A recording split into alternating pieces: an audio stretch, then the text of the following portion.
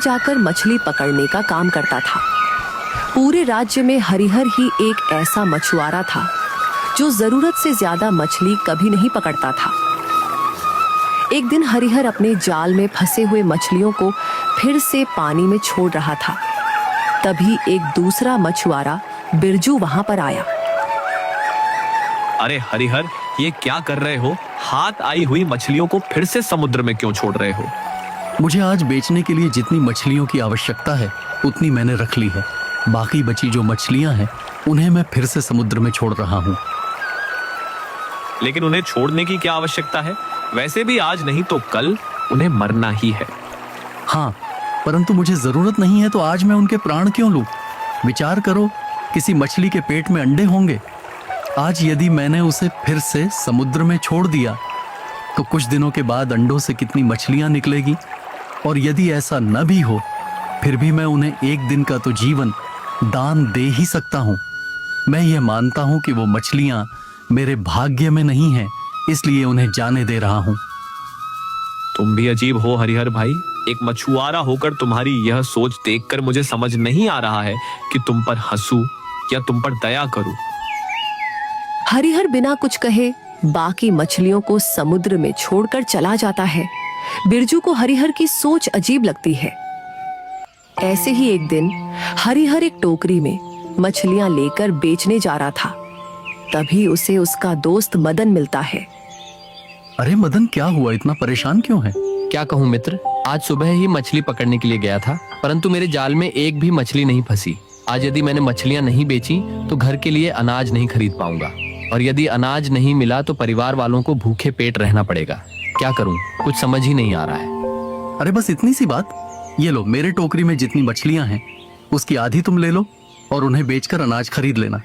लेकिन तुम तो पहले ही अपनी आवश्यकता के अनुसार थोड़ी ही मछलियां पकड़ते हो, अब आधी मैंने ले ली तो तुम्हारा तो नुकसान हो जाएगा। बात नफा नुकसान की नहीं है मित्र। यदि मैं अपने मित्र की समस्या में उसकी सहायता नहीं कर पाया तो मेरी मित्रता किस काम की? आज तुम आधी मछलियां ले लो, दोनों थोड़ा थोड़ा धन प्राप्त कर लेंगे। कल फिर कदाचित हमें ज्यादा धन की प्राप्ति हो। तुम्हारा बहुत बहुत धन्यवाद मित्र। आज यदि तुम नहीं मिलते तो मेरे परिवार को भूखा रहना पड़ता। मदन हरिहर की आधी मछलियां लेकर चला जाता है। हरिहर भी अपनी मछलियां बेचकर घर आता है और अपनी पत्नी को धन की पोटली देता है। यह क्या, आज केवल इतने ही सिक्के प्राप्त किए हैं? आपको आज मछलियां नहीं मिली थी क्या? मछलियां तो मैंने रोज की तरह ही पकड़ी थी, परंतु रास्ते में मेरा मित्र मदन मिल गया था। वह बहुत बड़ी समस्या में फंसा हुआ था। उसके पास बेचने के लिए एक भी मछली नहीं थी, इसलिए मैंने उसे अपनी आधी मछलियां दे दी। अच्छा, एक तो आप पहले ही इतनी कम मछलियां पकड़ते हैं और आज जितनी पकड़ी थी उसकी भी आधी अपने मित्र को दे दी। पहले ही हमें कितना कम धन मिलता है और आज तो उससे भी आधा मिला है। अब हम घर खर्च कैसे करेंगे? शांति की बात पर हरिहर सिर्फ मुस्कुराता है और चुप बैठ जाता है। एक दिन एक नाव में बैठकर कुछ मछुआरे मछली पकड़ने जा रहे थे। उन सब में बिरजू भी था, जो बाकी मछुआरों को हरिहर की बातें बताकर हंस रहा था। तभी अचानक उनकी नाव के नीचे से कोई जबरदस्त झटका लगता है। नाव पलट जाती है और सारे मछुआरे समुद्र में गिर जाते हैं। डूबते डूबते वे समुद्र के तल में एक गुफा तक पहुंच जाते हैं, जिस गुफा में एक भयानक दानव बैठा हुआ था। अरे ये कहाँ पहुंच गए हम?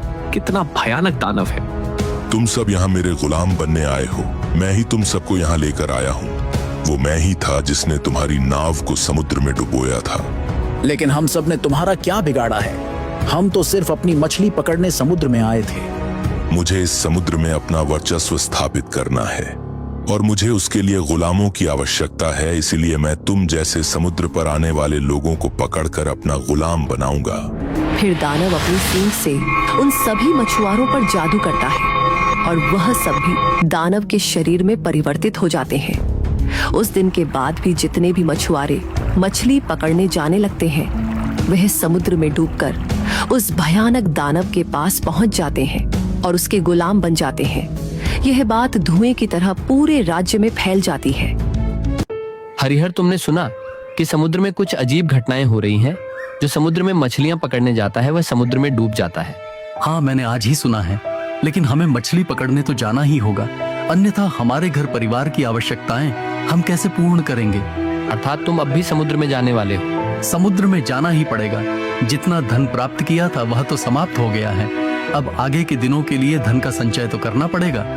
नहीं नहीं, अब मैं आपको समुद्र में नहीं जाने दूंगी। यदि आप भी समुद्र में डूब गए या आपको कुछ हो गया तो मैं क्या करूंगी?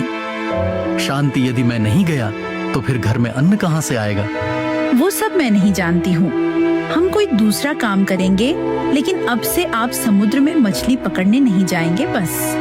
हरिहर सोच में पड़ जाता है और मदन से कहता है, मदन, हम मछुआरों पर बहुत बड़ा संकट आया है। यदि एक एक करके मछुआरे समुद्र में डूबने लगे तो हम मछुआरों के परिवार नष्ट हो जाएंगे।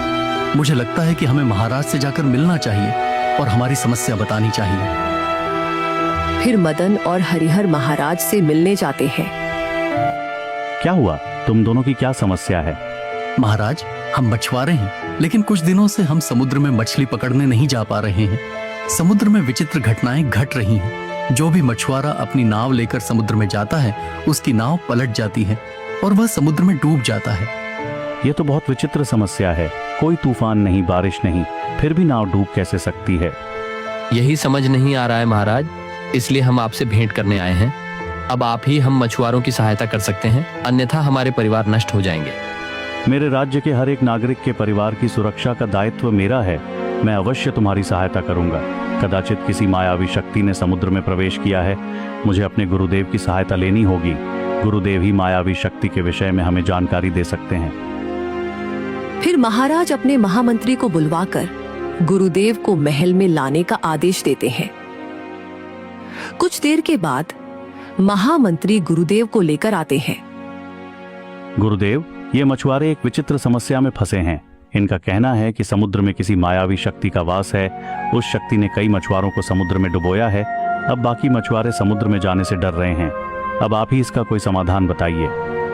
मुझे ध्यान लगाकर देखना होगा कि समुद्र के तल में क्या हो रहा है। कुछ देर के बाद गुरुदेव अपनी आंख खोलते हैं। मुझे जानकारी प्राप्त हो गई है। एक मायावी दानव समुद्र के तल में अपना वर्चस्व स्थापित करना चाहता है। उसी दानव ने मछुआरों को अपने जादू से उसका गुलाम बनाकर रखा है। उसके जादू के प्रभाव से वह सभी मंत्रवत बंध गए हैं और उसकी सेना को सज्ज कर रहे हैं। मैं अभी समुद्र तल में जाकर उस दानव को नष्ट करता हूँ। नहीं राजन, तुम उसे नष्ट नहीं कर सकते। उस दानव ने एक अघोरी तपस्या करके वरदान प्राप्त किया है कि कोई भी राजपुरुष उसे पराजित नहीं कर सकता है। वह जानता है कि राजपुरुष में उसे परास्त करने की क्षमता है, परंतु कोई सामान्य उसे पराजित नहीं कर सकता। इसलिए उसने ऐसा वरदान लिया है। ये तो बड़ी विकट समस्या है गुरुदेव। अब इस समस्या का उपाय भी आप ही बताइए। एक उपाय है महाराज। आपके राज्य में यदि ऐसा कोई व्यक्ति है जिसने सदा दूसरों की सहायता की हो, जिसने अपने भाग्य में जितना लिखा है उतने में ही संतोष किया हो और बाकी दूसरों के लिए छोड़ दिया हो, तो वही सच्चा पुरुष उस राक्षस का सामना कर सकता है। उस दानव के अहंकार को परास्त करने के लिए उस पुरुष की सच्चाई और त्याग ही सबसे बड़ा अस्त्र होगा। लेकिन गुरुदेव, ऐसा सत्यशील व्यक्ति कहाँ मिलेगा? महाराज, हमारे राज्य में एक ऐसा व्यक्ति है। वह व्यक्ति और कोई नहीं, मेरा मित्र हरिहर है। इसने आज तक कभी आवश्यकता से ज्यादा मछलियां नहीं पकड़ी हैं। कभी अगर इसके जाल में ज्यादा मछलियां फंस भी जाएं तो यह अपनी आवश्यकता के अनुसार मछलियां निकालकर बाकी मछलियों को फिर से समुद्र में छोड़ देता है। हरिहर हमेशा सबकी सहायता करता है। खुद के पास कुछ भी ना हो फिर भी वह दूसरों की सहायता के लिए हमेशा तत्पर रहता है। हरिहर, क्या तुम उस भयानक दानव का सामना करने के लिए समुद्र तल में जाओगे?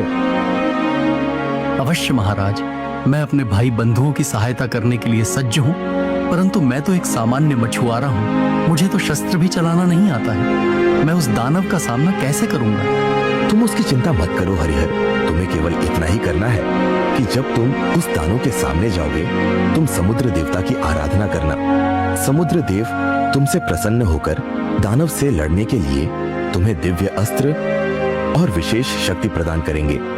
फिर तुम्हें उस दानव के सर पर लगे सींग को नष्ट करना होगा। उस दानव की सारी शक्ति उसके सींग में है। गुरुदेव का आशीर्वाद लेकर हरिहर